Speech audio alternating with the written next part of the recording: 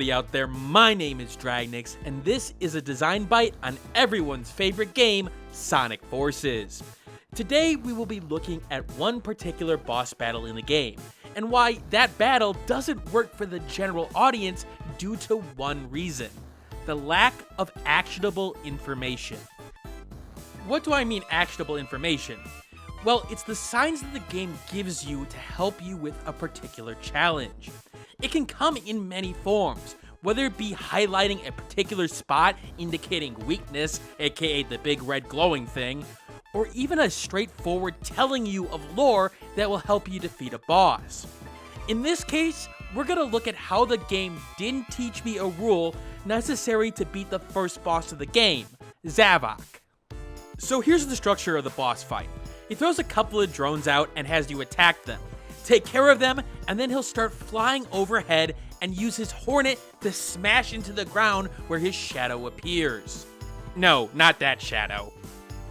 When he smashes into the ground, it will launch you up into the air, and this will allow you to hit him while he's on the back of his bee steed. Hit him enough times, it'll progress to the next section of the fight, but we really don't care about that for this portion of the design bite.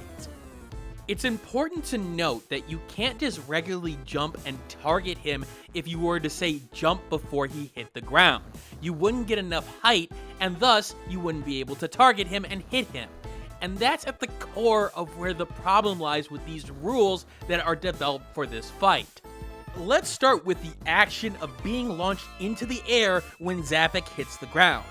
See, like I mentioned before, if you jump at the right time, you won't be launched, and you won't get the height to target him, and thus can't hit him. That seems like a problem, and if you don't know exactly what to do, that would mean that you wouldn't be able to progress in the fight. But luckily, Sonic Forces actually took care of this rather easily thanks to the camera. Yes, the camera. In the cases where he hits you up in the air properly, the camera zooms in behind Sonic. This is a clue that tells you that something different has happened here, and that the rules of the fight have changed. This is properly done, and a prime example of actionable information.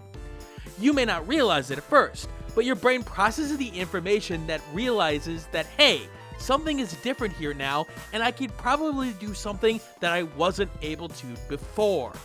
The information is clear and concise, and doesn't leave the player wondering what it means.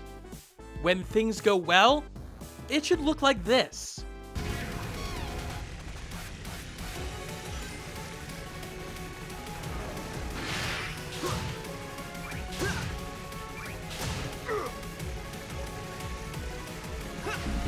So okay, if that's done well, Sonic Team did their job right here, right? Why am I doing a design by video on it? Hold on. Let's mistime the jump here. Let's have it happen shortly after the ground hit, but before the reticle displays for him to attack and lock onto his head.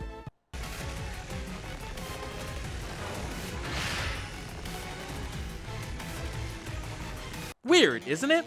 It should be noted that in the second clip, the height of the jump can vary a bit, to the point where you start to somewhat question whether or not Sonic really does have the height to hit Zavok.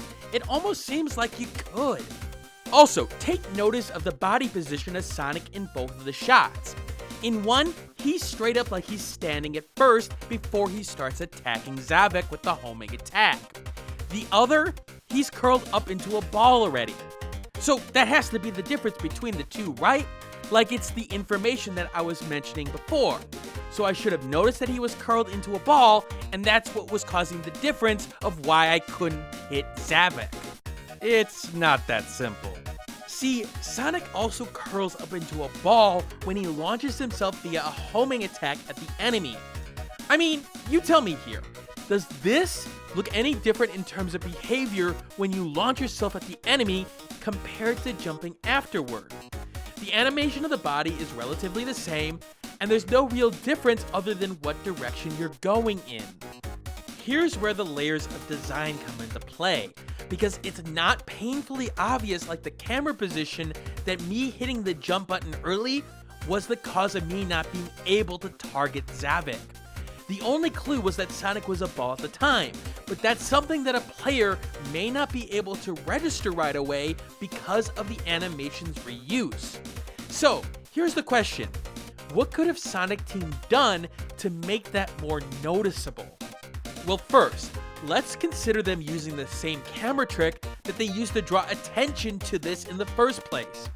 If I jump at the wrong time, the camera should zoom out at this point, indicating that something was changed and something is wrong. In addition, if it was too early, it may lead to the player feeling awkward with a tight zoom out that's unexpected right after a zoom in.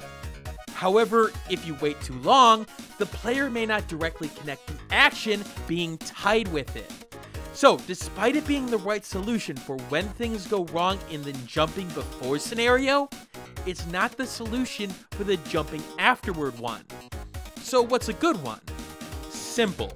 Add an animation that makes it look like Sonic is stumbling in the air after the button press, but before the targeting reticule.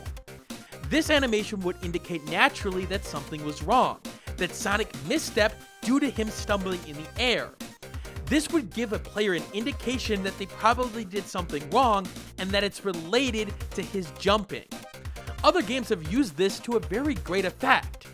Again, the difference here between animations is the actionable part and its ease. You naturally would assume that something was wrong with the stumbling as opposed to the ball because of your expectations of what the visual gives you.